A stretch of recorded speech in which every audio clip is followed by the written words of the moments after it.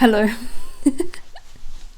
I am buzzing right now because I just got back from Thailand, and that's quite crazy because I just came back from America, and if you know me, you'll know that I'm actually not one to travel loads, especially not to faraway places. All these Instagram posts with beautiful places to visit where you can take beautiful pictures and they're so touristy, I'm just not interested in it at all.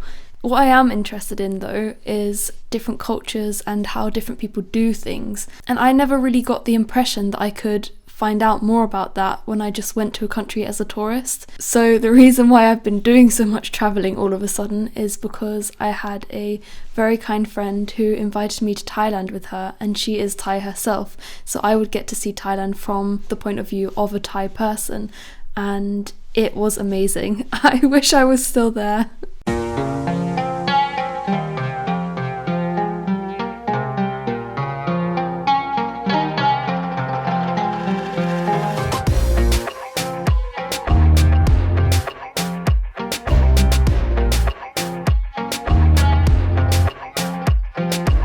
My journey to Thailand involved a quick flight with Austrian Airlines to Vienna. Then I caught a connecting flight directly to Bangkok, and I flew with EVA Air. At first I was kind of disappointed because you had to pay quite a lot for the Wi-Fi, about $40, so I didn't buy that.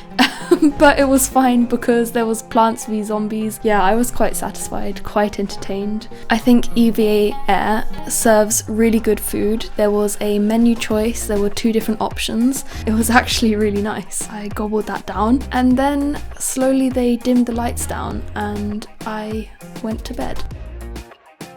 About 2 hours before we arrived in Bangkok, I saw the sunrise. They brightened up the lights again. To my surprise, they also served us breakfast, which was equally as tasty and awesome, so I was very, very happy. And yeah, then I landed in Bangkok and it was boiling. Here I am in Bangkok. I'm very excited. I don't know what's ahead, but I'm very excited. I quickly changed into some shorts, then we went on our way. We drove through the city of Bangkok. It was kind of crazy because everything looked kind of the same but also completely different, and I do find the Thai alphabet to be really, really beautiful, so just to drive through the city and see those letters written on all the signs was kind of nice. The taxis were yellow and green, which I've never seen before. We then arrived at a shopping centre where we quickly bought this hairband, which saved my life because, update on my hair, it's always in my eyes and it doesn't really look that great, so I don't know, it was just kind of a relief to have this hairband.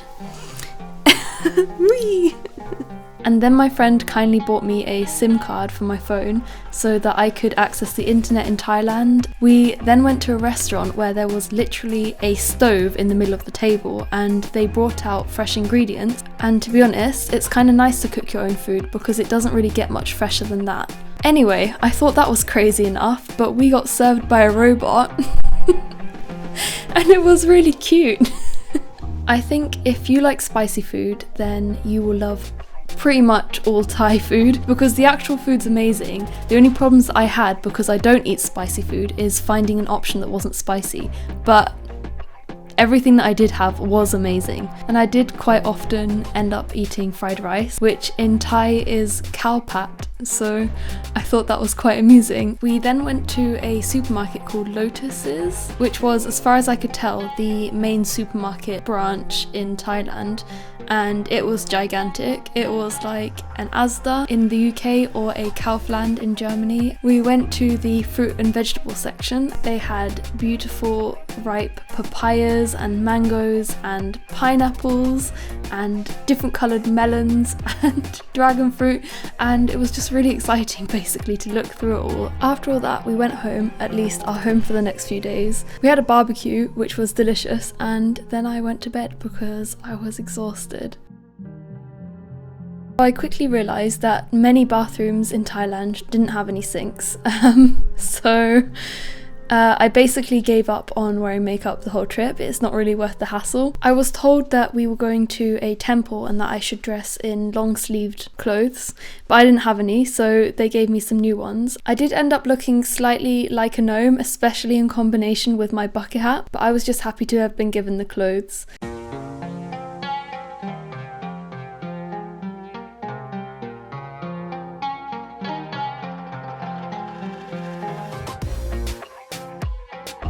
We actually ended up going to 3 separate places, the first of which being this beautiful temple. We walked through the arch and turned right to get our tickets, and to my surprise, under the ticket office were 2 tiny little cats, and they were so adorable. This particular temple consisted of a main shrine, which was beautiful. Even the ceilings were decorated. When visiting shrines like this, it's custom to buy flowers and donate them to the shrine. It was super beautiful in there, but there was a group of monks in there and we didn't want to disturb them, so we left quite quickly. This shrine was in the main building and it was surrounded by a courtyard full of so many different depictions of the Buddha. They were all very beautiful, but I found them all quite similar, apart from this one which caught my eye. I guess the reason why it caught my eye is because I've only ever seen Buddhist figures depicted as very happy, healthy and peaceful, and although I suppose he does look peaceful, he looks anything but happy and healthy. If you want to do more research on this, then you certainly can, because I'm no expert, but I think the reason why he's depicted like this is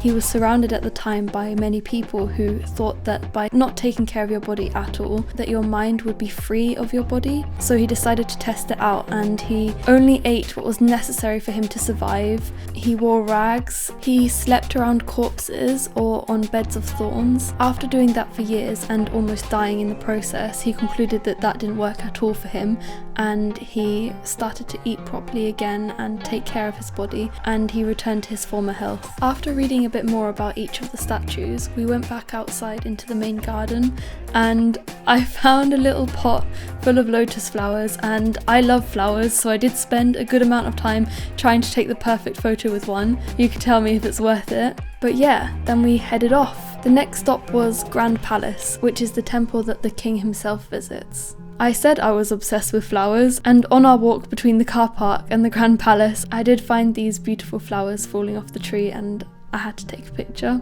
At this point we were kind of feeling a bit peckish, so we stopped off at a little restaurant just outside the gates to the Grand Palace, and it was super intriguing because every wall was just covered in old cuckoo clocks and every single one looked different, and it was just super interesting to sit there while I enjoyed another cow pat.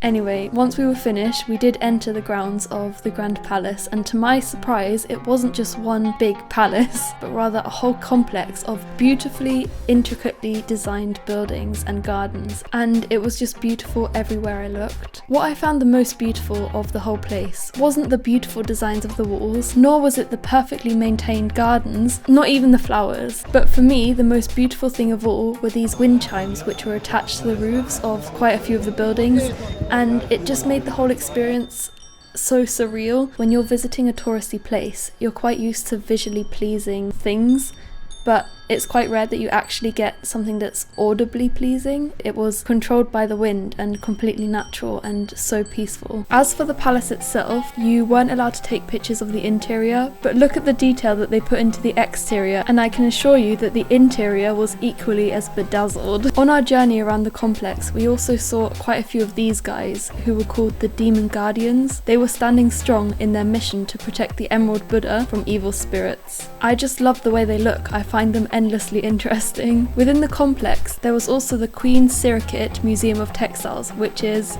you guessed it, a textiles museum. One part of the exhibition which I found really interesting was they had this map of Thailand where every province was filled by the textiles which is most commonly made and produced in that area. After I'd had a mooch around the museum, we headed off to the Golden Mount Temple, which was essentially a beautiful temple 344 steps off the ground, and the way was decorated by multiple waterfalls and statues and gardens, but also bells which you could ring, and the whole way up a soundtrack was playing with a man speaking, and I assume they are chants and prayers which are commonly said in Buddhist temples.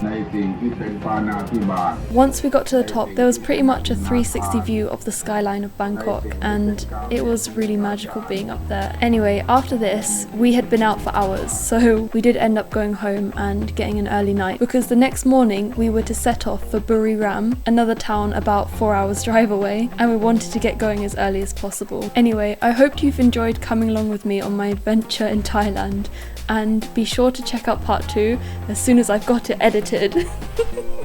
Anyway, I'm Jess. Bye!